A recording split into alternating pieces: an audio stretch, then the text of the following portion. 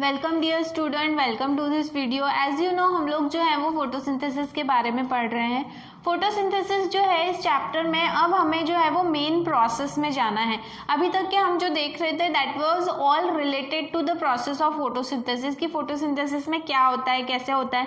अब जो है वो basically what is the process of photosynthesis. As I have told you earlier, मैंने आपको शुरुआत में ही बताया था कि फोटोसिंथेसिस की जो प्रोसेस है, ये फोटोसिंथेसिस की प्रोसेस दो बड़े फेजेस में, दो बड़े पार्ट्स में डिवाइड की गई है। ठीक है, one is light reaction and another one is dark reaction. Now जो लाइट रिएक्शन है that is light dependent reaction, और वही आज हम देखने वाले हैं, which is the first part और फर्स्ट स्टेप ऑफ फोटोसिंथेसिस। ठीक है, इसलिए आज का टॉपिक है हमारा लाइट डिपेंडेंट रिएक्शन। ठीक है, लाइट डिपेंडेंट रिएक्शन इसे क्यों कहते हैं? क्योंकि ये प्रोसेस जो है ये सनलाइट के प्रेजेंस में होती है। इस प्रोसेस को कंप्लीट करने के लिए या इस प्रोसेस को प्रोसीड करने के लिए जो है वो सनलाइट की ज़रूरत होती है, and that is why the process is called as light dependent reaction. ठीक है, नाउ जो भी ये लाइट रिएक्शन की प्रोसेस है, ये लाइट रिएक्शन की जो प्रोसेस है, ये प्रोसेस का क्या एम है? क्योंकि जैसे भी हम जब भी कोई काम करते हैं या प्लांट अगर कोई रिएक्शन परफॉर्म कर रहा है या कुछ काम परफॉर्म कर रहा है तो उसके पीछे उसका कुछ मकसद है, उसका कुछ एम है। उसी तरह से लाइट रिएक्शन का क्या एम है? लाइट रिएक्शन का एम है the formation of energy molecule. Light reaction का क्या एम है? Formation of energy molecule. ठीक है, formation of energy molecule that is the aim of light reaction. ये क्या है? Aim of light reaction. ठीक है, लाइट रिएक्शन की ये जो प्रोसेस है, इसके पहले अगर हम देखें तो आपके बुक में मतलब ये एम बताया है मैंने आपको कि लाइट रिएक्शन के दौरान एज अ प्रोडक्ट आपको ग्लूकोज मॉलिक्यूल नहीं मिलेगा, एज अ प्रोडक्ट आपको एनर्जी मॉलिक्यूल मिलेंगे, और फिर उन एनर्जी मॉलिक्यूल का इस्तेमाल करके आगे की step which is called as dark reaction वो कैरी आउट होगा। ठीक है, अभी जो है आपके बुक में अगर आप देखोगे टेक्स्ट बुक में तो आपके बुक में लाइट रिएक्शन जो है उसका स्टार्टिंग का जो पोर्शन है उसमें आपको दिया हुआ है कीमोऑस्मोसिस। ठीक है, नाउ कीमोऑस्मोसिस क्या है पहले हम वो देखेंगे, क्योंकि एनर्जी मॉलिक्यूल के लिए कीमोऑस्मोसिस की प्रोसेस होती है, इसलिए पहले ये दिया है, और उसके बाद में जो है वो लाइट रिएक्शन में लाइट रिएक्शन के टाइप्स देखने वाले हैं। ठीक है, तो यहाँ पे देखो सबसे पहले कीमोऑस्मोसिस, या फिर it is also called as chemiosmotic hypothesis, या फिर it is also called as proton pump. ठीक है, the process was proposed by doctor Peter Mitchell. ठीक है, पीटर मिशेल नाम के जो साइंटिस्ट हैं इन्होंने ये प्रोसेस जो है वो डिस्कवर की है। ठीक है, प्रपोज की है। अब कीमोऑस्मोसिस मतलब क्या? सबसे पहले ऑस्मोसिस मतलब क्या? ऑस्मोसिस मतलब होता है movement of solvent from its higher concentration area to its lower concentration area। ठीक है, मतलब जब भी सॉल्वेंट जो है वो मूव करता है जहाँ उसके हायर कॉन्सेंट्रेशन एरिया से उसके लोअर कॉन्सेंट्रेशन एरिया में, the process is called as osmosis. जैसे कि फॉर एग्जांपल आपने देखा होगा कि जो चने वगैरह होते हैं या फिर मटर होते हैं, जब हम उसे जो है वो पकाना होता है तो हम उसे पहले पानी में भिगोते हैं, तो वो पहले वो क्या रहते हैं? सूखे हुए रहते हैं, दे आर ऑल ड्राइड, सूखे रहते हैं, ड्राइड फॉर्म में रहते हैं। जब हम उसे एक बर्तन में पानी लेके और उस पानी में उन्हें भिगाते हैं तो क्या होता है? वो कुछ समय बाद जो है वो फूल जाते हैं। वो क्यों फूलते हैं? Why they get soaked up या फिर why they get Solan up? Because जब वो पहले बिना पानी के थे तो वो सूखे हुए थे, मतलब वहाँ पे वाटर कॉन्सेंट्रेशन नियर अबाउट 0 था। ठीक है, और पानी का बर्तन जहाँ पे आपने पानी भरा हुआ है वहाँ पे वाटर कॉन्सेंट्रेशन बहुत ज़्यादा है। अब जब आपने उन मटर को जो है वो उस पानी में डाला तो जो बर्तन है, बर्तन से पानी जो है वो कहाँ पे जाने लगेगा, अपने आप मूव होने लगेगा उन पीज में, उन मटर में। क्यों? क्योंकि the water is moving from its higher concentration जो उस बर्तन में है टूवर्ड्स इट्स लोअर कॉन्सेंट्रेशन जो उन पीज में है। ठीक है, सो इस तरह से बिना किसी एक्सटर्नल फोर्स के जब सॉल्वेंट जो है वो उसके हायर कॉन्सेंट्रेशन एरिया से उसके लोअर कॉन्सेंट्रेशन एरिया में मूव करता है, the process is called as osmosis. ठीक है, अब कीमोऑस्मोसिस मतलब क्या? कीमोऑस्मोसिस मतलब जब केमिकल आयंस जो हैं उनका ट्रांसफर होता है from its higher concentration area to its lower concentration area, then it is called as chemiosmosis. तो अभी नेक्स्ट क्या है? कीमोऑस्मोसिस।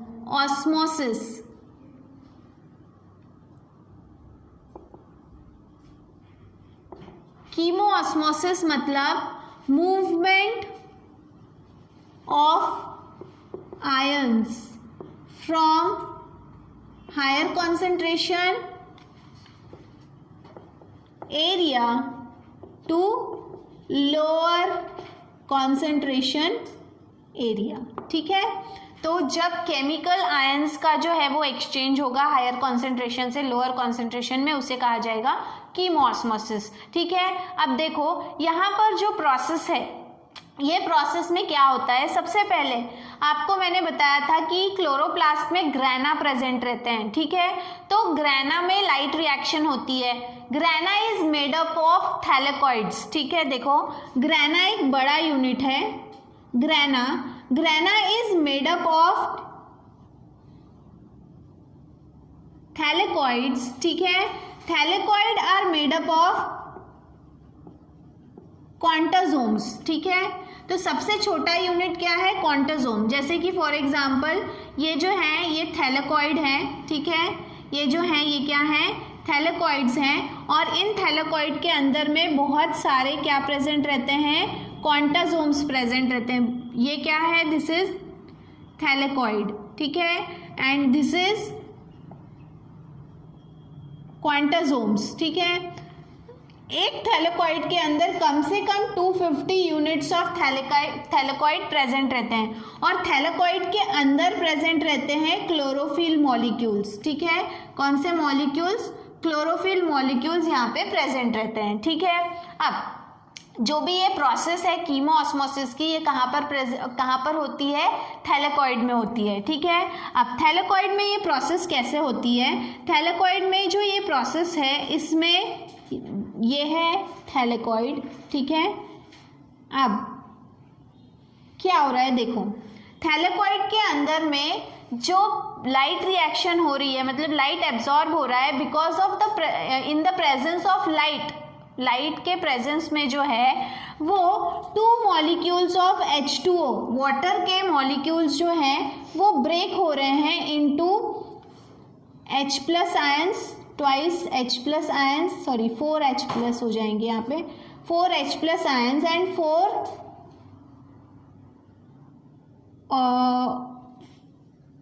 2 वहाँ पे समझो 4 इलेक्ट्रॉन्स रिलीज हो रहे हैं। ठीक है, अब ये जो भी 4H+ आयंस है, मतलब ये प्रोटॉन और इलेक्ट्रॉन में क्या हो रहे हैं? सेपरेट हो रहे हैं। 4 इलेक्ट्रॉन्स मतलब OH मॉलिक्यूल्स। ठीक है, तो यहाँ पे 4 OH मॉलिक्यूल्स जो हैं यहाँ पर रिलीज हो रहे हैं। अब देखो यहाँ पर क्या हो रहा है?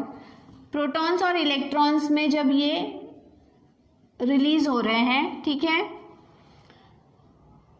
4 प्रोटॉन्स एंड 4 इलेक्ट्रॉन्स में ये सेपरेट हो गए। जो भी ये 4H+ आयंस हैं, ये 4H+ आयंस सारे के सारे जो हैं वो कहाँ पर जमा हो रहे हैं? Towards the wall of the thylakoid. Thylakoid के वॉल में ये क्या हो रहे हैं? जो हैं वो जमा हो रहे हैं। ठीक है, मतलब यहाँ पर because of the continuous what? Photolysis of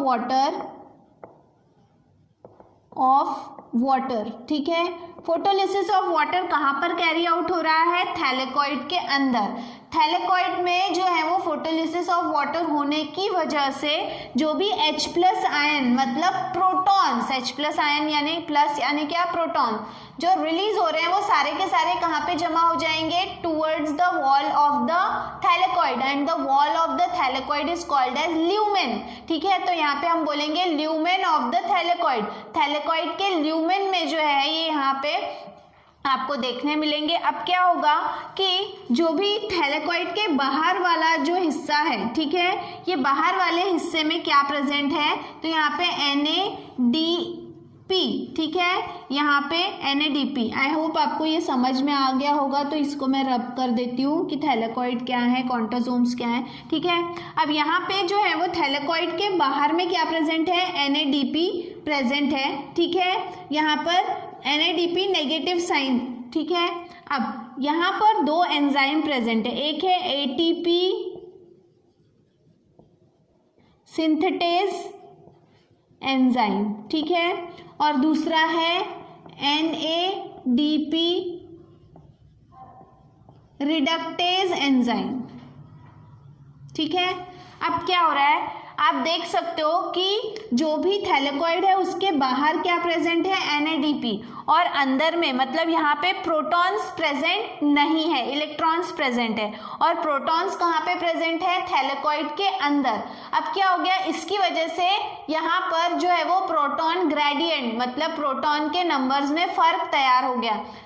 lumen के अंदर नंबर ऑफ प्रोटॉन्स ज़्यादा है और ल्यूमेन के बाहर नंबर ऑफ प्रोटॉन्स कम है, जिसकी वजह से ये प्रोटॉन के जो आयंस हैं ये अब अपने हायर कॉन्सेंट्रेशन एरिया से जो है वो कहाँ पे मूव करने लगेंगे, लो कॉन्सेंट्रेशन एरिया। यहाँ पे H प्लस आयन का कॉन्सेंट्रेशन क्या है, हाई है। ठीक है, यहाँ पे H प्लस आयन का कॉन्सेंट्रेशन क्या है, हाई है, और ल्यूमेन के बाहर क्या है, लो है। ठीक है, तो ये जो भी H प्लस आयंस हैं ये अपने हायर कॉन्सेंट्रेशन एरिया से कहाँ पे मूव करने लगेंगे, लोअर कॉन्सेंट्रेशन एरिया में। जब भी H प्लस आयन बाहर आता है वो किसके साथ में कंबाइन हो जाएगा, ये जो भी H प्लस आयन जैसे ही बाहर आ रहा है that gets combine with NADP और क्या फॉर्म करेगा, NADPH2।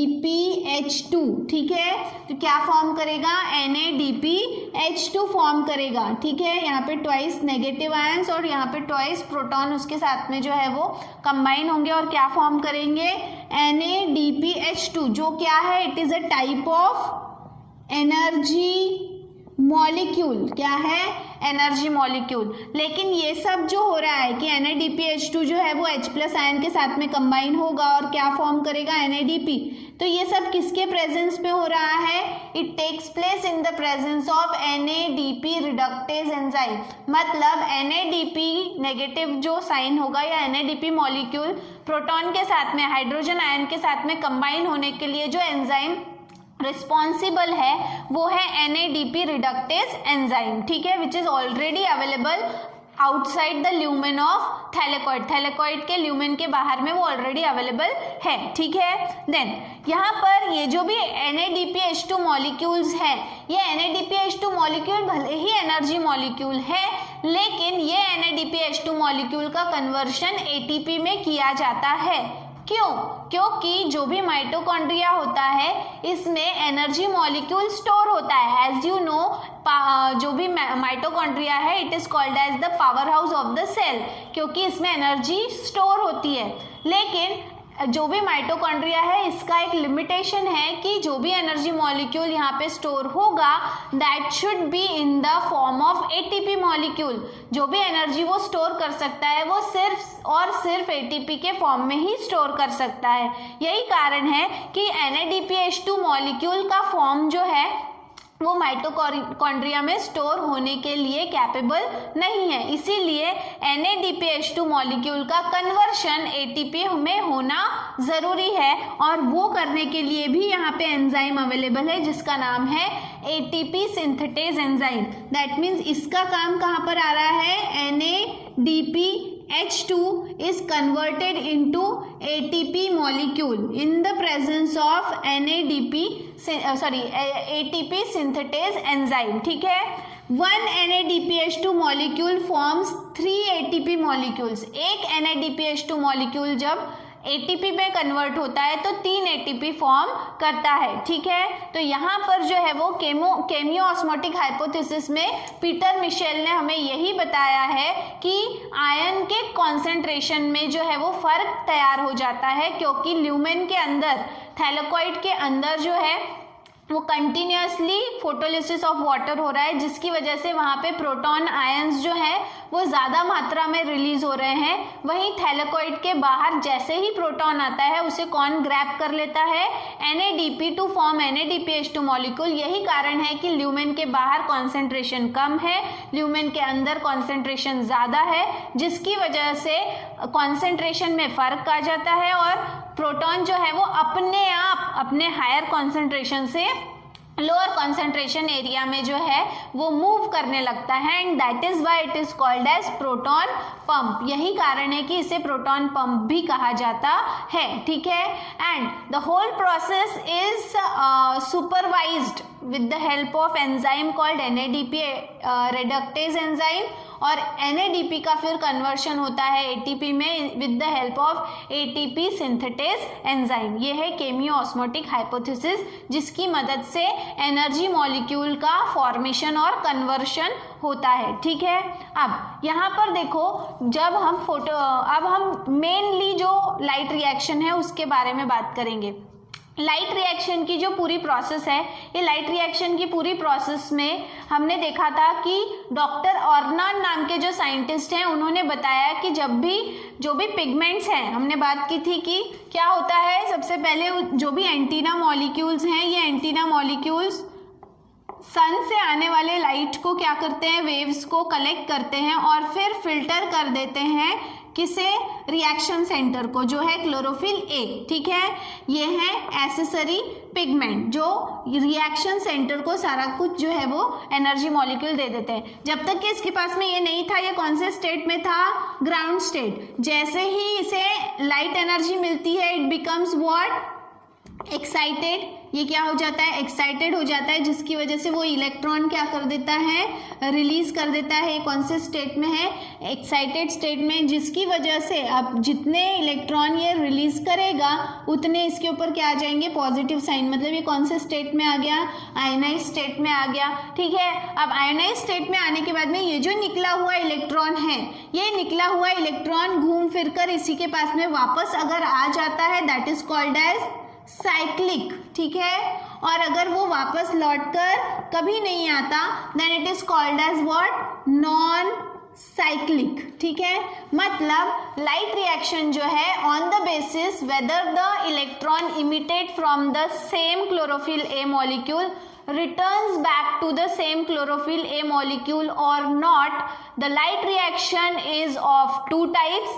One is cyclic, when the electron comes back to the same reaction center or chlorophyll A molecule, and if it does not come, it never comes back to the same chlorophyll A molecule, then it is called as non-cyclic photophosphorylation। Photophosphorylation क्यों, ये बाद में बताऊंगी। पहले cyclic non cyclic समझ में आया। Cyclic मतलब जब वही इलेक्ट्रॉन घूम फिरकर उसी क्लोरोफिल ए के पास में आएगा उसे कहा जाएगा साइक्लिक, और जब वो लौटकर कभी उसके पास नहीं आएगा तो उसे कहा जाएगा नॉन साइक्लिक। तो आज जो है वो हम पहले देखने वाले हैं साइक्लिक, ठीक है, cyclic photophosphorylation. Why it is called as cyclic photophosphorylation, क्योंकि साइक्लिक फॉर्म में वो इलेक्ट्रॉन जो है वो क्लोरोफिल ए से निकलेगा, अलग अलग कैरियर मॉलिक्यूल उसे कैरी करेंगे और वापस क्लोरोफिल ए को लौटाएंगे, इसलिए वो साइक्लिक कहलाता है। लेकिन इन ट्रांसफर के दौरान एनर्जी मॉलिक्यूल भी तैयार होगा और ये सारी प्रोसेस लाइट के प्रेजेंस में हो रही है, इसीलिए फोटोफॉस्फोराइलेशन। पहले साइक्लिक क्या है वो देख लेते हैं, उसके बाद में उसके नाम के बारे में बात करेंगे, ठीक है। अब देखो, मैंने आपको लास्ट वीडियो में बताया था कि दो पिगमेंट सिस्टम की डिस्कवरी हुई है, एक है पिगमेंट सिस्टम 1 और दूसरा है पिगमेंट सिस्टम 2। साइक्लिक फोटोफॉस्फोराइलेशन में सिर्फ एक ही पिगमेंट पार्टिसिपेट करता है और वो है पिगमेंट सिस्टम 1, ठीक है। अब ये जो भी पिगमेंट सिस्टम 1 है, इसके जो एंटीना मॉलिक्यूल्स हैं जिन्हें हम एसेसरी पिगमेंट कहते हैं, जो कि क्लोरोफिल बी, क्लोरोफिल ए के कुछ मॉलिक्यूल्स कैरोटीनॉइड से मिलके बना हुआ है। यह है क्लोरोफिल ए, 700, ठीक है, chlorophyll A 700 which is the reaction centre of pigment system 1, ठीक है, reaction centre of pigment system 1, और ये सब क्या है, एसेसरी पिगमेंट है, ठीक है। अब क्या होगा, अच्छा एक्चुअली ये थोड़ा सा उल्टा बना दिया मैंने। अभी देखो पहले यहाँ पे क्या हो रहा है, जो भी पिगमेंट सिस्टम 1 है, ये पिगमेंट सिस्टम 1 का जो रिएक्शन सेंटर, हम उल्टा बात करेंगे यहाँ से। इफ सपोज ये जो है ये लाइट है जो फोटोन के फॉर्म में आ रहा है, ये जो भी पिगमेंट सिस्टम का जो एसेसरी पिगमेंट है, ये एसेसरी पिगमेंट्स जो है ये सारा का सारा जो लाइट है ये ट्रांसफ़र करेंगे किससे, रिएक्शन सेंटर को, जो है क्लोरोफिल ए 700, ठीक है, which is the reaction centre of pigment system 1, और ये जो है this is the accessory pigment, ठीक है, of pigment system 1। Then accessory pigment ने आए हुए लाइट को एब्जॉर्ब किया और किसे लाकर दे दिया, क्लोरोफिल ए 700 को, ठीक है। अब जैसे ही लाइट इसके पास में आया, ये क्या हो गया, एक्साइटेड हो गया। बिकॉज ऑफ एक्साइटेशन ये क्या करेंगे, इलेक्ट्रॉन रिलीज करेंगे बाहर, इलेक्ट्रॉन क्या करते हैं, रिलीज करते हैं। अब जो भी इलेक्ट्रॉन रिलीज हुआ है, ठीक है, ये इलेक्ट्रॉन जो है बारी बारी करके अलग अलग कैरियर मॉलिक्यूल्स इसे कैरी करेंगे। सबसे पहले जो मॉलिक्यूल इसे रिसीव करता है इस इलेक्ट्रॉन को, वो है FRS। क्या है, FRS। FRS का फुल फॉर्म है फेरेडॉक्सिंग रिड्यूसिंग सब्सटेंस, ठीक है। FRS का फुल फॉर्म है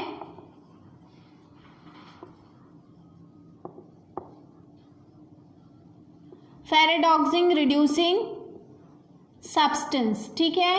ये FRS जो है ये फेरेडॉक्सिंग रिड्यूसिंग सब्सटेंस है जो सबसे पहले इस इलेक्ट्रॉन को रिसीव करेगा। इसके बाद में it will give this electron, ये इलेक्ट्रॉन जो है वो आगे किसे दे देगा, FD मतलब फेरेडॉक्सिन, ठीक है, किसे दे देगा, फेरेडॉक्सिन को दे देगा। आपको जो नोट्स दूंगी उसमें इनके सारे फुल फॉर्म लिखे हुए हैं, ठीक है। देन इसके बाद में फेरेडॉक्सिन जो है वो इस इलेक्ट्रॉन को ट्रांसफर करेगा टू साइटोक्रोम B6, किसे देगा, साइटोक्रोम B6 को देगा, ठीक है।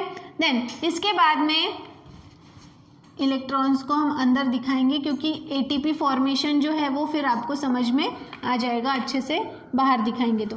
नहीं, इसके बाद में ये दिया जाएगा टू साइटोक्रोम F, ठीक है। ये सभी मॉलिक्यूल्स हैं, कैरियर मॉलिक्यूल हैं जो इलेक्ट्रॉन को बारी बारी करके एक से दूसरे, जैसे हम पासिंग द पार्सल खेलते हैं, एक जन से पार्सल दूसरा लेता है, दूसरे से तीसरा, तीसरे से चौथा, इस तरह से यहाँ पे ये मूवमेंट हो रही है। देन अगेन ये इलेक्ट्रॉन जो है वो PC मतलब प्लास्टोसाइनाइन को देंगे, और प्लास्टोसाइनाइन जो है वो वापस से ये इलेक्ट्रॉन किसे दे देगा, क्लोरोफिल ए मॉलिक्यूल को दे देगा। अब देखो मतलब जो इलेक्ट्रॉन क्लोरोफिल ए मॉलिक्यूल से निकला था वो घूम फिरकर वापस उसी क्लोरोफिल ए मॉलिक्यूल के पास में आ गया, इसीलिए the process is called as cyclic, ठीक है। अब देखो क्या हो रहा है, क्या जब भी एक कैरियर मॉलिक्यूल इलेक्ट्रॉन जो है वो दूसरे को देता है तो कुछ एनर्जी रिलीज होती है। आप देखो अगर आप कुछ काम कर रहे हो तो आपको पसीना आता है, क्यों पसीना आता है, क्योंकि आपके बॉडी में से हीट एनर्जी रिलीज हो रही है, हीट एनर्जी लूज हो रही है, ठीक है। तो यहाँ पे भी वैसे ही होता है कि जब एक कैरियर मॉलिक्यूल जो है वो दूसरे को इलेक्ट्रॉन पास करता है तो यहाँ पर भी कुछ amount of heat energy release होती है। हर बार यहाँ पे हीट एनर्जी क्या होगी, रिलीज होगी, ठीक है। लेकिन जब हीट एनर्जी जो रिलीज हुई है, ठीक है, हीट एनर्जी जो रिलीज हुई है वो अगर 10 किलो कैलोरी से क्या है, ज्यादा है, ठीक है, more than 10 kilo calorie, the heat energy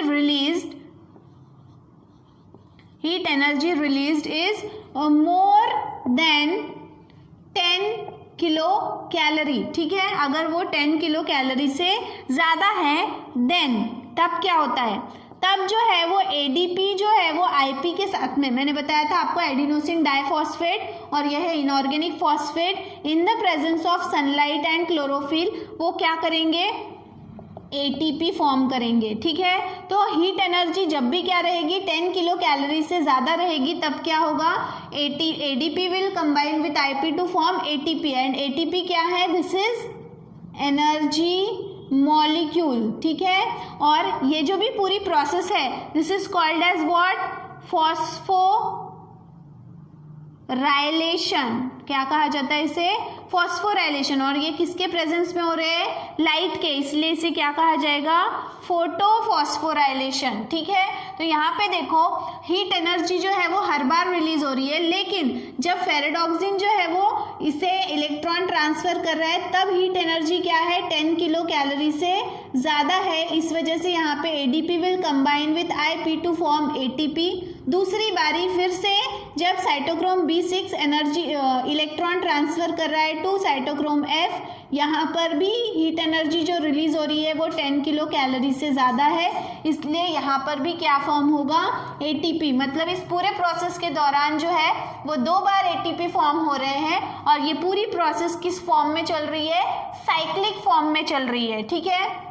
इसी वजह से इसको कहा जाता है साइक्लिक फोटोफॉस्फोराइलेशन, क्योंकि साइक्लिक फॉर्म में मतलब जो इलेक्ट्रॉन जिस क्लोरोफिल ए मॉलिक्यूल से निकल रहा है उसी के पास वापस आ रहा है, प्लस इस पूरे ट्रांसफर के दौरान एनर्जी भी तैयार हो रही है, and the whole process is carried out in the presence of sunlight, that is why the process is called as cyclic photophosphorylation, ठीक है। होप आपको समझ में आया होगा कि साइक्लिक फोटोफॉस्फोराइलेशन क्या है। अब साइक्लिक फोटोफॉस्फोराइलेशन जो है वो जनरली लोअर प्लांट्स में या लोअर फोटोसिंथेटिक ऑर्गेनिज्म में कैरी आउट होता है। क्यों? क्योंकि इसमें लो एनर्जी तैयार होती है, मतलब कम अमाउंट ऑफ एनर्जी तैयार होती है, स्मॉल अमाउंट ऑफ एनर्जी तैयार होती है, which is enough for the lower organism. Lower organism की बॉडी बहुत सिंपल और छोटी होती है, इसलिए कम एनर्जी में जो है, या छोटे जो लोअर प्लांट्स होते हैं उनके लिए कम एनर्जी में वो पूरा प्रोसेस कर सकते हैं, अपना लाइफ जो है वो स्पेंड कर सकते हैं। सो इस तरह से जो है वो आज हमने लाइट रिएक्शन या फिर लाइट डिपेंडेंट रिएक्शन के बारे में देखा। उसमें पहले हमने केमियो ऑस्मोसिस देखा और उसके बाद में साइक्लिक फोटोफॉस्फोराइलेशन देखा। Next time we will be seeing about non cyclic photophosphorylation, ठीक है। So till then thank you very much.